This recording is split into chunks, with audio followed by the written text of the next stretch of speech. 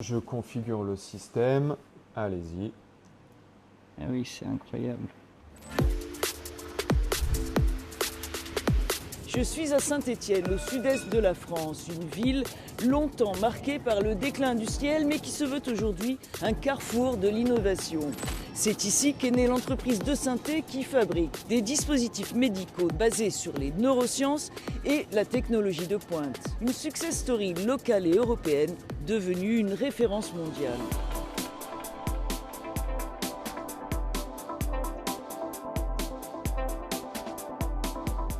C'est dans ce parc technologique de la périphérie de Saint-Étienne que se niche l'entreprise, créée en 2017.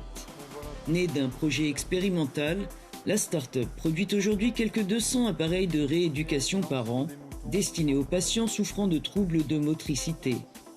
Spécialiste en neurosciences et responsable de la recherche clinique et de l'application des dispositifs, David Luneau en est l'un des 3 cofondateurs.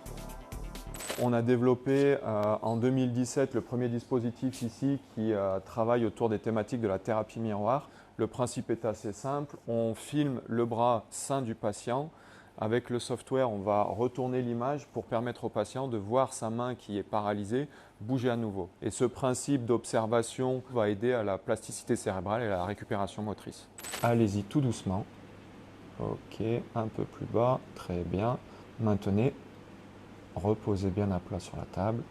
Donc j'enregistre ce mouvement, il est automatiquement inversé en miroir. Vous allez faire la même chose en même temps, sauf qu'il n'y a pas la tasse. Donc allez-y tout doucement, faites l'approche, essayez de saisir la anse, soulevez un tout petit peu, ne la faites pas tomber. Tout doucement, vous reposez, vous la repositionnez bien droite.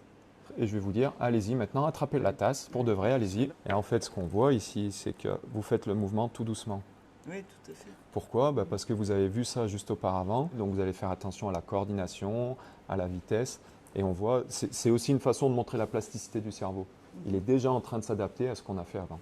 On travaille avec des patients donc, neurologiques, post-AVC, trauma crânien, neurodégénératifs comme des scléroses en plaques aussi, et puis en orthopédie sur des immobilisations ou des mains traumatiques complexes, ou des patients avec des syndromes douloureux type patients amputés. La dernière population, c'est les paraplégiques, les tétraplégiques. Avec le soutien de l'État français, l'entreprise va aussi équiper 45 hôpitaux ukrainiens de ces dispositifs. L'aventure de Synthé est née au centre hospitalier universitaire de Saint-Étienne, sous l'égide du responsable du service de rééducation pour adultes, le professeur Pascal Giraud, initiateur et cofondateur de l'entreprise.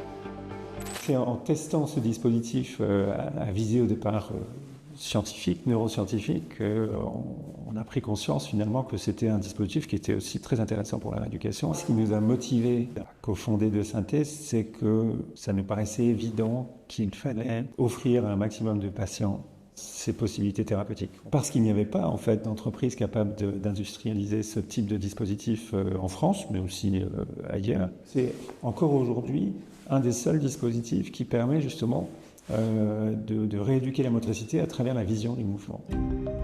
Une technologie unique adoptée par des centaines de centres de rééducation en France.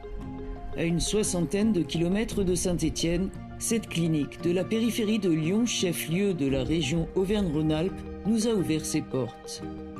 Suite à une infection, David a été atteint du syndrome de Guillain-Barré, une maladie neurologique auto-immune paralysante.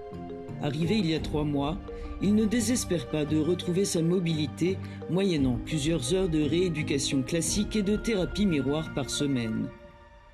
Donc là, j'ai un cube carré, il faut que je mette la main dessus, que je prenne et je serre le carré. Je prends ma main, je vais prendre le petit carré, je lève et je le déplace. Chez les patients qui sont hémiplégiques, on va utiliser le membre sain. Chez monsieur, les 2 mains sont atteintes. Du coup, là, c'est pas la main de monsieur, mais ça permet quand même de donner l'illusion que c'est la sienne. Comme j'ai perdu la motricité de tous mes membres, c'est très dur. Mais grâce aux soignants, beaucoup de persévérance, beaucoup de kiné, l'aide aussi des machines, j'arrive à récupérer petit à petit. Quand c'est nous qui leur montrons, ils auront plus de mal à le faire. que quand c'est à la machine où ils pensent que c'est vraiment leur main en fait qui vient bouger. On a de beaux progrès grâce à la thérapie miroir. Le quadriceps a bien progressé quand même. Maintenant, elle se lève bien quand même les jambes. Atteinte d'une maladie vertébrale, Dominique a été paralysée des membres inférieurs.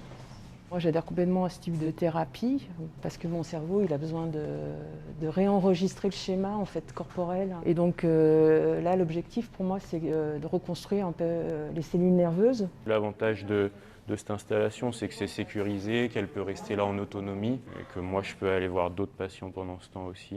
C'est un soutien à la fois à travers du matériel, mais aussi à travers le personnel qui est présent. En fait, c'est un tout qui fait que, oui, on garde l'espoir d'aller vers l'avenir.